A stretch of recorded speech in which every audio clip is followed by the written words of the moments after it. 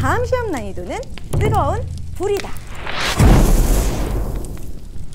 안녕하세요. 반갑습니다. 에듀윌 사심한국사 최한나입니다. 자, 이번 60일의 한능검 여러분 보시느라 너무 고생하셨습니다. 자, 이번 시험은 제가 저번에 안내해 드린 것처럼 뜨거운 물 정도로 난이도가 나왔습니다. 자, 오늘은요 이렇게 60일의 난이도 다시 한번 이야기해 보면서 60일의 한능검은 난이도가 과연 어떨지 예측해 보도록 하겠습니다. 여러분들 에듀윌 한능검 사이트에서 열공인증 이벤트를 진행하고 있는 거 알고 계시나요? 자, 60일 한능검 대비를 에듀윌 교재로 할 경우 그것만 인증하시면 문화상품권을 드립니다. 해당 교재는요, 기본서 심화, 2주 끝장 심화, 5일기출 심화 모두 가능하니까 여러분들 교재가 있으면 거기다가 이제 인증만 하는 그런 이벤트 사진만 이렇게 올려주시면 되고요. 저희가 무려 문화상품권 1만 원권을 200명한테 드릴 거예요. 여러분들이 빨리 도전만 하시면 거의 100% 받는다고 생각하시면 됩니다. 자, 많은 분들 열공하시고 인증 이벤트도 꼭 참여하세요. 한국사 불 가리기. 자, 그러면 이번 60일의 한능검 난이도 어땠을까요?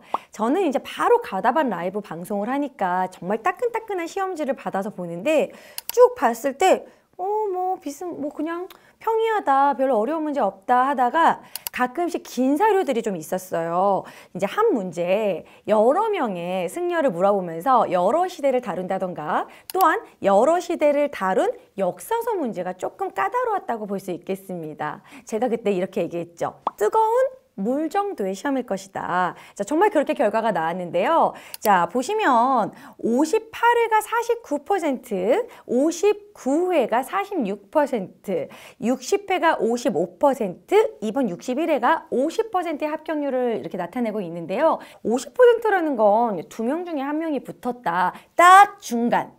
하지만 이번 문제에 정말 사료가 많이 나오는구나. 그리고 이 유형이 한 문제에 여러 시대를 다루는 그런 문제를 좀 대비해야겠구나. 요즘 한능검이 생소한 사료 그리고 생소한 선지들이 툭툭 튀어나오고 있는데요. 자, 들어가 보도록 하겠습니다. 자, 그럼 문제를 풀어보면 15번부터 볼게요. 가에서 라의 승려에 대한 내용으로 옳은 것은 이런 문제, 3점짜리 문제입니다. 자, 보시면요.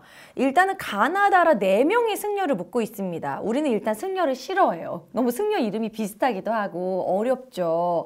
자, 일단 가를 보시면요. 화엄사상의 요지를 정리한 화엄 일승 법계도가 나옵니다. 화엄종이 나오면 여러분 화자가 화려하다라고 생각하면서 제가 일부러 오늘 이렇게 화려한 의상을 입고 왔잖아요. 화려한 의상대사입니다. 화엄, 그럼 의상으로 연결해 주세요. 그래서 이것은 의상이고요. 자, 그리고 관음신앙을 강조하였다. 부석사 나오잖아요. 부석사 만든 게 의상대사란 말이에요. 요거 정말 중요합니다. 그럼 이제 가에다 여러분 의상 써놓는 거죠.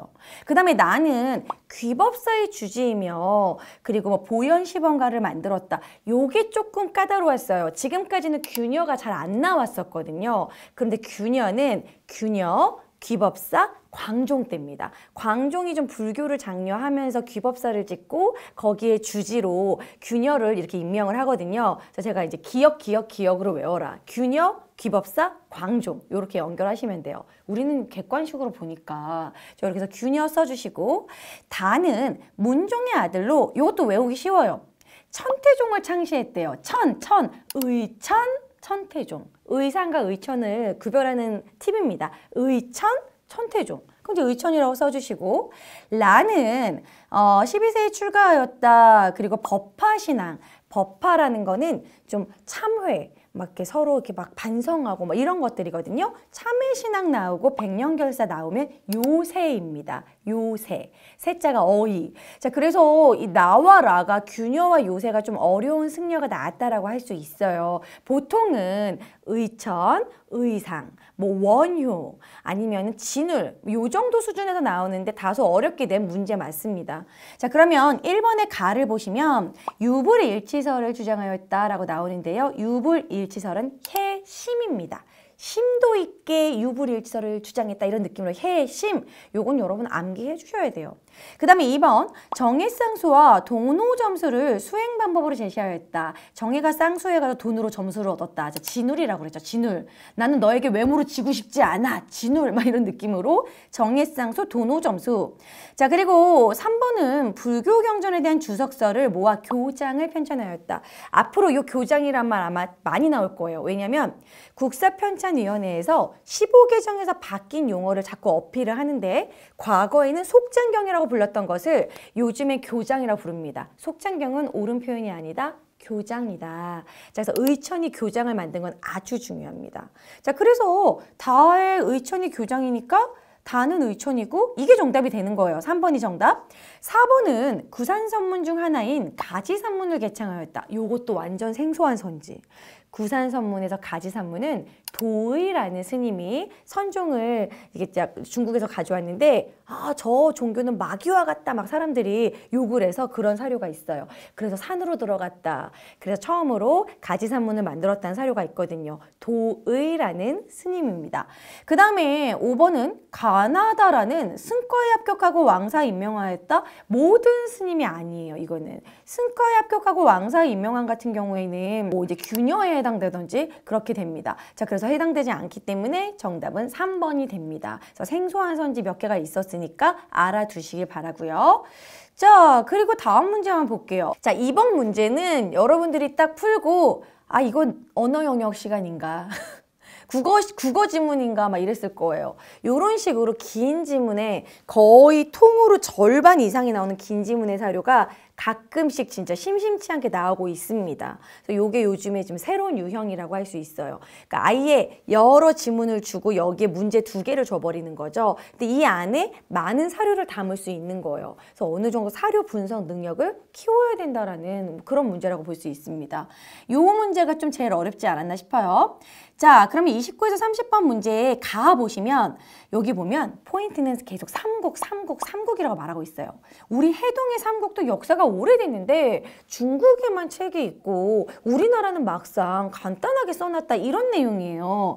자, 세 번째 줄. 삼국은 중국과 통교하였으므로 후한서나 신당서에 모두 삼국의 열전이 있지만 상세하게 실리지 않았다. 그래서 내가 상세하게 정리를 해야겠다. 그래서 마지막 줄에 뛰어난 역사서를 완성해서 물려주고 싶다. 이게 원문은 내가 쓴 이 역사서를 후대에 해와 달처럼 이렇게 빛나게 하리라 막 이런 식으로 엄청나게 결국 기승전 자기 자랑으로 끝난 게 있는데 이 인물 김부식입니다. 김부식의 삼국사기라는 걸 알 수 있어요. 삼국의 역사, 삼국의 이런 식의 역사를 좀 자세히 쓰겠다. 삼국사기입니다. 그래서 요거는 어느 정도 여러분들이 사료를 기억해 주셔야 돼요. 또 나올 수 있어요. 자, 그 다음에 나에 보면 삼국 이후에 여러 역사서를 막 모아서 여기 보면 자치통감에 의거하였다.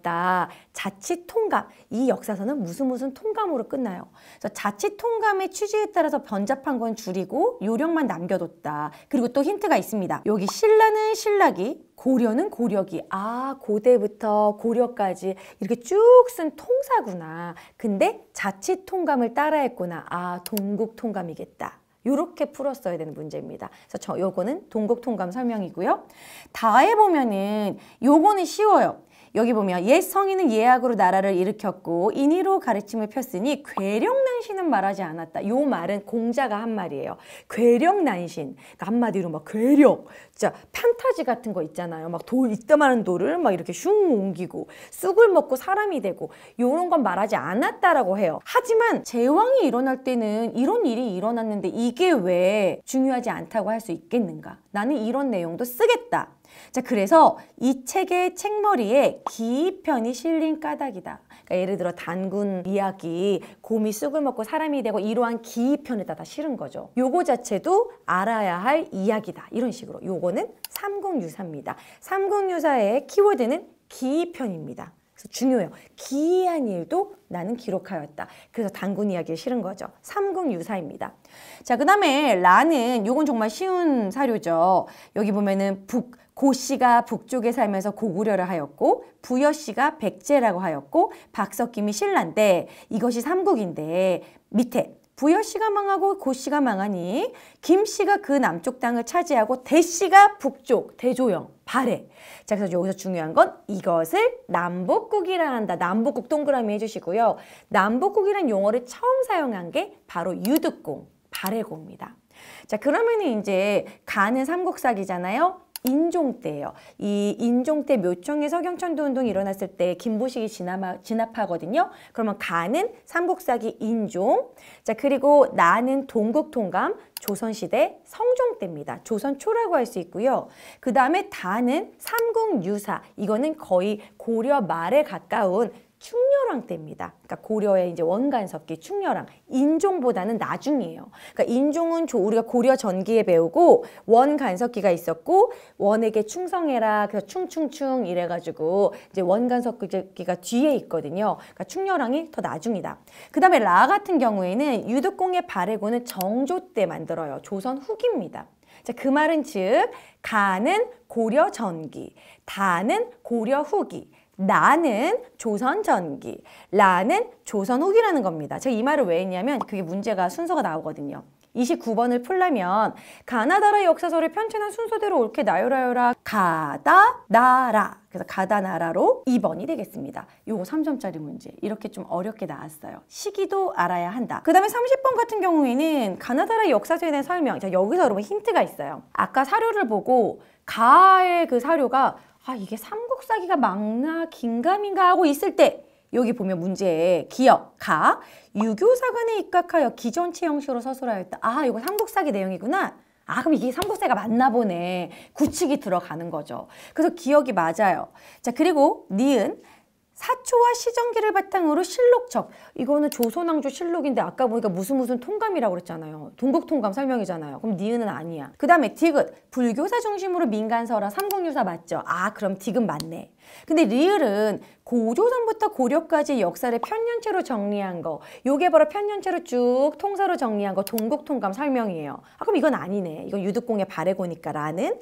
그래서 맞는 것이 기역과 디귿이 돼요. 그럼 기역과 디귿이 답이니까 아까 가사료는 삼국사기가 맞나 보다라고 한 번 더 선지로 이제 우리가 확인을 할 수 있게 됩니다. 사료가 애매할 땐 선지를 이렇게 보시라는 거죠.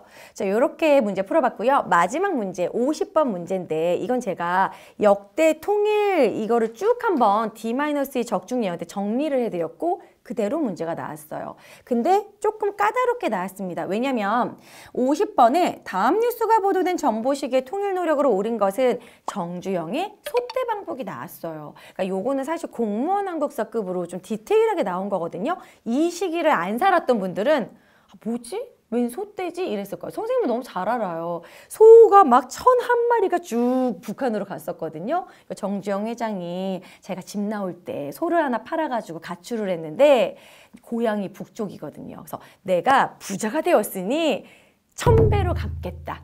하나 가져간 것까지 딱 1,001마리 보냈어요. 멋있죠? 이렇게 이제 금유한양하는 거지.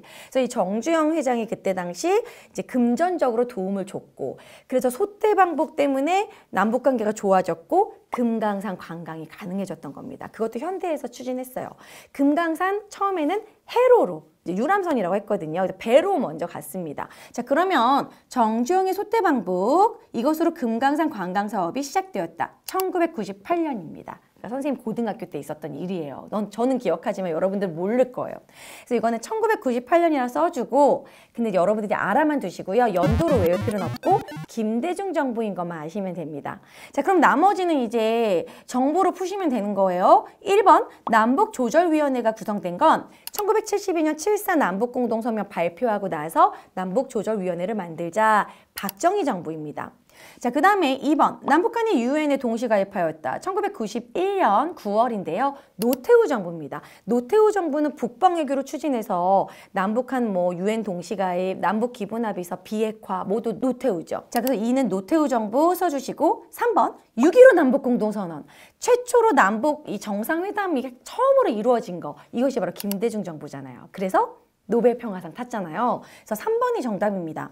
4번 한반도 비핵화 공동선언. 요거 이제 노태우 정부 때 이제 12월 31일에 마지막 날에 이거 비핵화 선언하거든요. 자, 이것도 역시 노태우 정부 때입니다.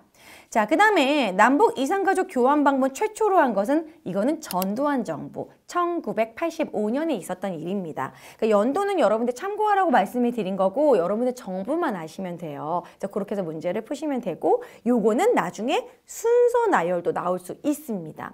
자, 그렇게 해서 문제를 푸실 수 있겠고요. 자, 분위기를 보시면 아시겠지만 요즘 한능검의 추세는 바로 사료입니다. 아, 사료 어떡하죠? 사료를 어떻게 분석하죠? 많이 저한테 물어보는데요. 제일 좋은 방법은 기출을 많이 풀어보는 겁니다. 기출 문제를 풀면 딱 키워드가 보여요. 힌트를 주는 사료를 주는 거니까 여러분들이 꼼꼼하게 읽어보면 하나가 분명히 이제 튀어나옵니다. 그렇게 키워드를 아는 거. 자, 그리고 두 번째는 만약에 좀 애매하다. 사료를 내가 정확히 확신을 못 주겠다. 그럴 경우엔 뭐다?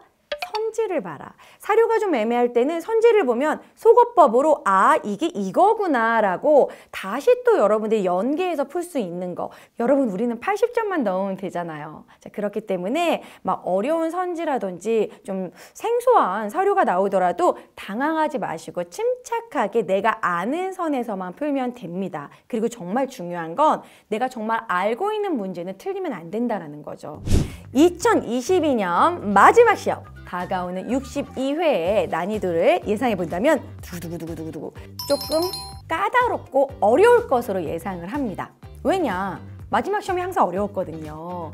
그리고 지금 이번에 본 61회가 완전 너무 어렵다 정도의 불시험이 아니었기 때문에 이제 다가오는 62회는 조금 어려운 문제가 분명히 있을 겁니다. 어려운 사료가 좀 나올 수 있고요. 그리고 요즘에는 현대사를 워낙 강화하다 보니까 현대사 부분에서 까다로운 문제가 나오지 않을까 그렇게 예측을 해봅니다. 한마디로 불시험인 거죠.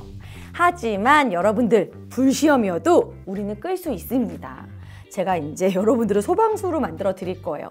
바로 D-2의 적중 예형 시간에 처음부터 쭉 훑어주면서 나올 만한 내용들 다 말씀해 드릴 겁니다. 어려운 거 두세 개 틀린다고 떨어지지 않거든요. 자, 그러니까 일단 기본에 충실해서 꼭 맞춰야 되는 건 공부를 하시고 꼭 합격하시길 바랍니다. 자, 에듀윌 한국사에는 한능검 심화 강의 처음부터 끝까지 모두 완강되어 있거든요. 어려운 부분 다시 한번 골라서 들어보시고 복습하시고요. 꼭 시험 잘 보시길 바랍니다. 자, 그러면 다음 물불 가리기 시간에 만나요. 안녕!